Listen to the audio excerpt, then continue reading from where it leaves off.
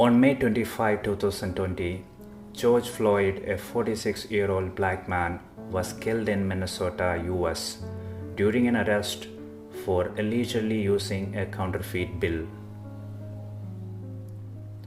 Derek Chauvin, a white police officer, knelt on Floyd's neck for almost 8 minutes while Floyd was handcuffed and lying face down, begging for his life and repeatedly saying, "I can't breathe." 2 other officers restrained Floyd, while an officer prevented bystanders from intervening. During the final 3 minutes, Floyd was motionless and had no pulse, while Chauvin ignored onlookers' pleas to remove his knees, which he did not do until medics told him to.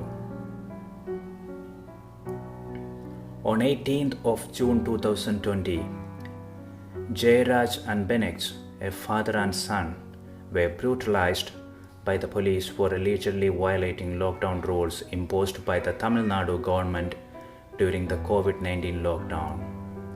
They died in a hospital after 4 days. The police had tried to cover the incident by claiming that the deceased person had inflicted injuries on themselves by rolling on the floor. These 2 recent incidences are not rare reports of abuse of power by police. Rather, there are frequent reports of police excess from time to time from all around the world. Let's look at why such incidences are taking place, or why some police officers abuse their authority. Number 1, the desire for power. In social science and politics, power is the capacity of an individual to influence the actions, beliefs, or conduct of others. The term authority is often used for power that is perceived as legitimate by the social structure. The desire for power is a general human trait. All human beings desire to possess power over something or someone. Our history is written and remembered with variations of power.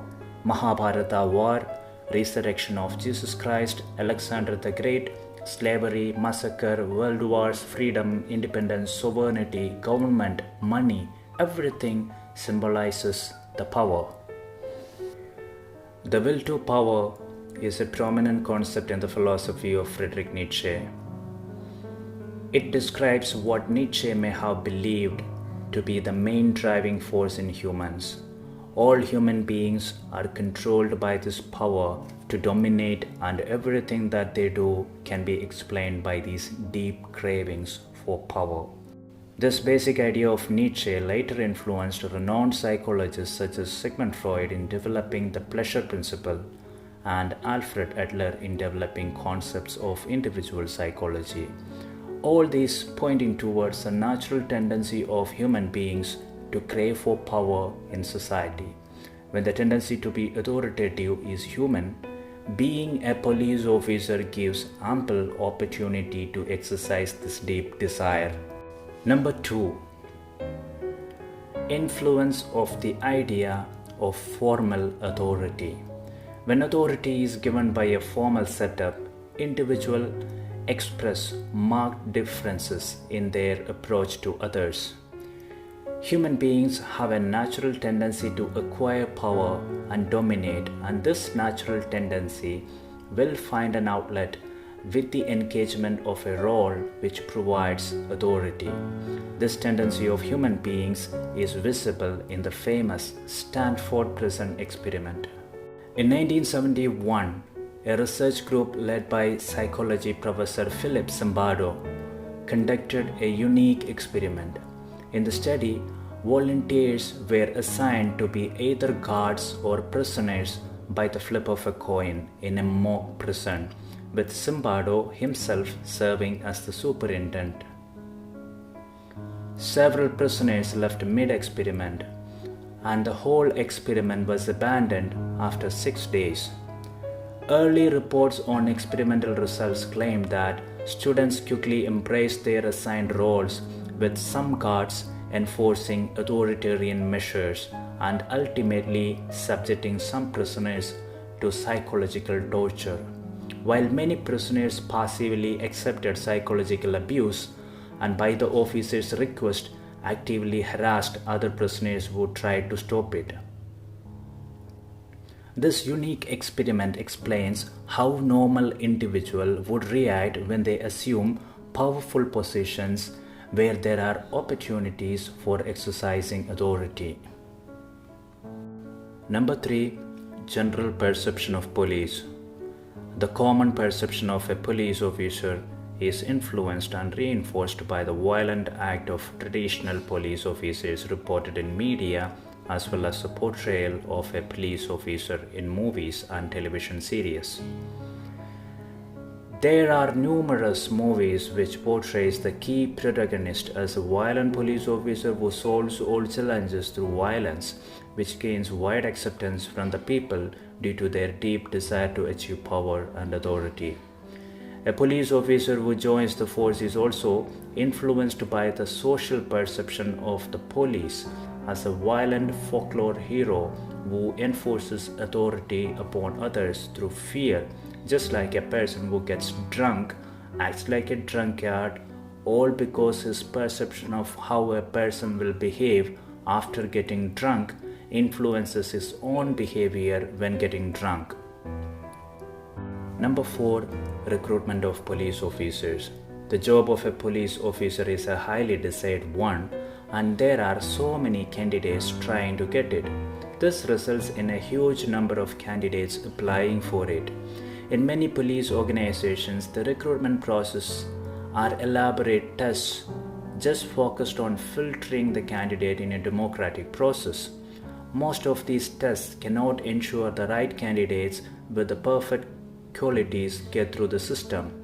Most of the tests do not even have any connection to the work they actually do. Therefore, the building of a police force which is balanced in the opposite qualities such as politeness and firmness is a complicated task, and we lack such mechanisms. Number 5. Indoctrination of traditional culture. In other words, a new officer who joins the force adopts the culture of senior officials. Abuse of authority in most cases is the outcome of group dynamics. That means it doesn't matter how each individual in a group thinks how they can exercise their authority, rather the style of doing things in a group matters the most.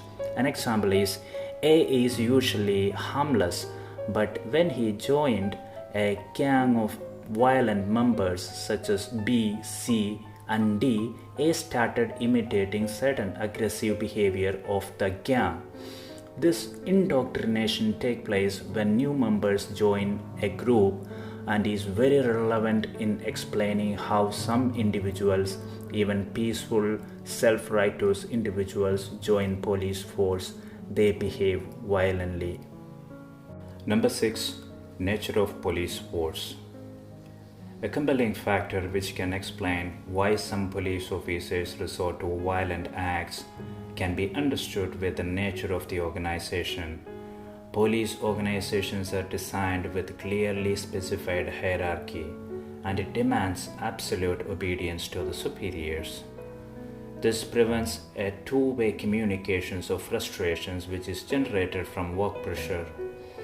The frustration of work always travels from top to bottom, and there are no other outlets. Most police forces are understaffed, and this results in too much jobs for the grassroots level officials.